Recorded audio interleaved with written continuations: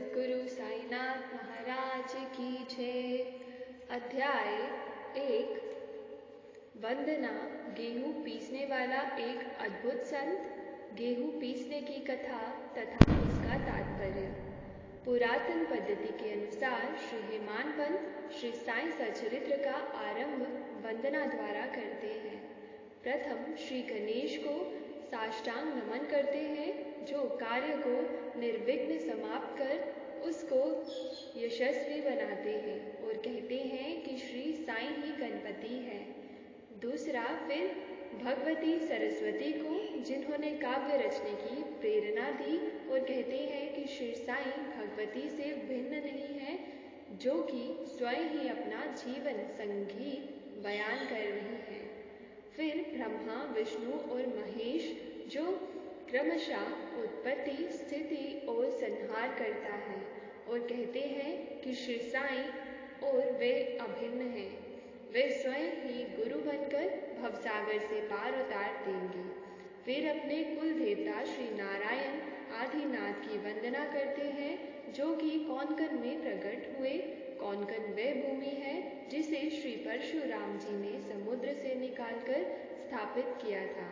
तत्पश्चात वे अपने कुल के आदि पुरुषों को नमन करते हैं। फिर श्री भारद्वाज मुनि को, जिनके गोत्र में उनका जन्म हुआ। पश्चात उन ऋषियों को, जैसे ज्ञान वल्क्य,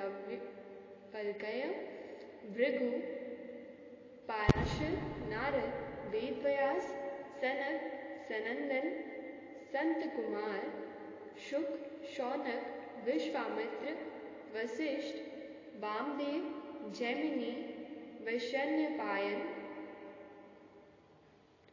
नवयोगेंद्र इत्यादि तथा आधुनिक संत जैसे निवृत्ति, ज्ञानदेव, सोपान, मुक्ताभाई, जनार्दन, एकनाथ, नामदेव, तुकाराम, कान्हा, नरहरि आदि को नमन करते हैं।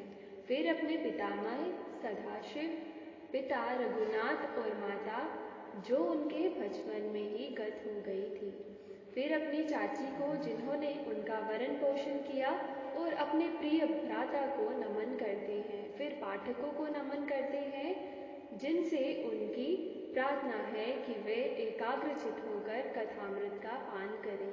अंत में श्री सच्चिदानंद सद्गुरु श्री साईनाथ महाराज को, जो कि श्री दत्तात्रेय के अवतार और उनके आश्रयदाता हैं, और जो ब्रह्म सत्य जगन मिथ्या का बोध कराकर समस्त प्राणियों में एक ही ब्रह्म की व्याप्ति की अनुभूति कराते हैं।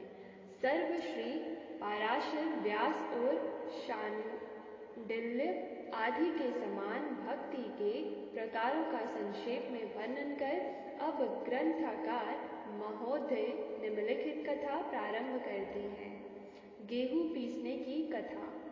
सन 1910 में मैं एक दिन प्रातःकाल श्री साईं बाबा के दर्शनार्थ मस्जिद में गया।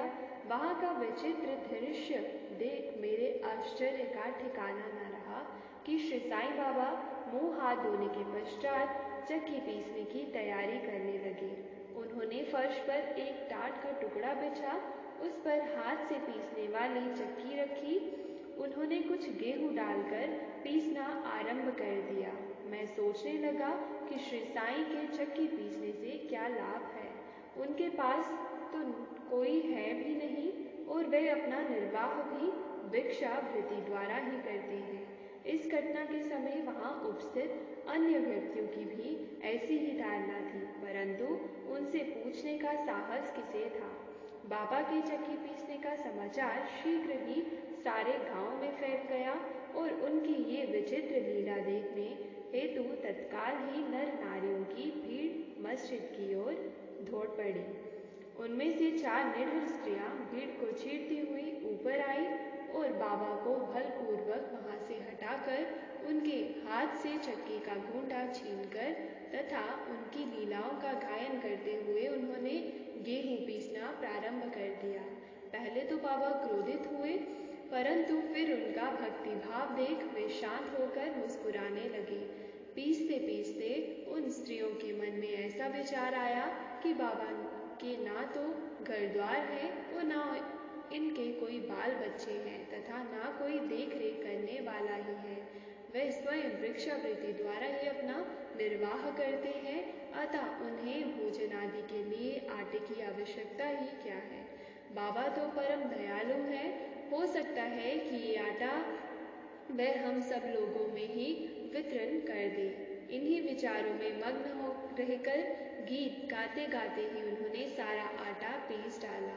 तब उन्होंने चक्की को हटाकर आटे का 4 समान भागों में विभक्त कर दिया और अपना अपना भाग लेकर वहां से जाने को उद्यत हुई।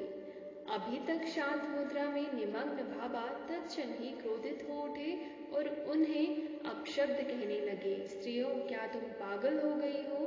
तुम किसके बाप का माल हड़प कर ले जा रही हो? क्या कोई कर्जदार का माल है जो इतनी आसानी से उठाकर लिए जा रही हो? अच्छा, अब एक काम करो कि इस आटे को ले जाकर गांव की मेन सीमा पर बिखेर आओ। मैंने शिरडी वासियों से प्रश्न किया कि जो कुछ बाबा ने अभी किया है उसका यथार्थ में क्या तात्पर्य है। उन्होंने मुझे बतलाया कि गांव में विशोची का अर्थात हैजा का जोरों से प्रकोप है और उसके निवारणार्थी बाबा का ये उपचार है। अभी जो कुछ आपके सामने पीसते देखा था वह गेहूं नहीं वरन विशोची का था जो पीस कर नष्ट कर दी गई है। इस घटना के पश्चात सचमुच विशोचिका की संक्रामकता शांत हो गई और ग्रामवासी सुखी हो गए। ये जानकर मेरी प्रसन्नता का पारावार न रहा। मेरा कौतूहल जागृत हो गया। मैं स्वयं से प्रश्न करने लगा कि आटे और विशोचिका रोग का भौतिक तथा पारस्परिक क्या संबंध है? इसका सूत्र कैसे ज्ञात हो? घटना बुद्धि गम्य सी प्रतीत होने नहीं होती।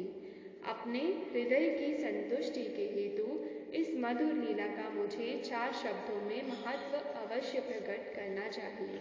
लीला पर चिंतन करते हुए मेरा हृदय प्रफुल्लित हो उठा और इस प्रकार बाबा का जीवन चरित्र लिखने के लिए मुझे प्रेरणा मिली। ये तो सब लोगों को विदित ही है कि ये कार्य बाबा की कृपा और शुभ आशीर्वाद से सफलतापूर्वक संपन्न हो गया। आटा पीसने का तात्पर्य। शिरडी वासियों ने इस आटा पीसने की घटना का जो अर्थ लगाया वह तो प्रायः ठीक ही है, परंतु उसके अतिरिक्त मेरे विचार से कोई अन्य अर्थ भी है।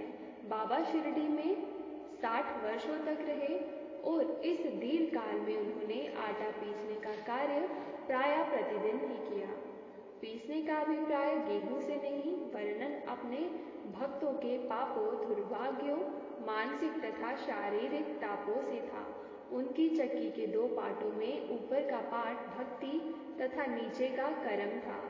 चक्की की मुठिया जिसे पकड़कर वे पीसते थे वे था ज्ञान। बाबा का दृढ़ विश्वास था कि जब तक मनुष्य के हृदय से प्रवृत्तियां, आसक्ति, घृणा तथा अहंकार नष्ट नहीं हो जाते, जिनका नष्ट होना अत्यंत दुष्कर है, तब तक ज्ञान तथा आत्मानुभूति संभव नहीं है।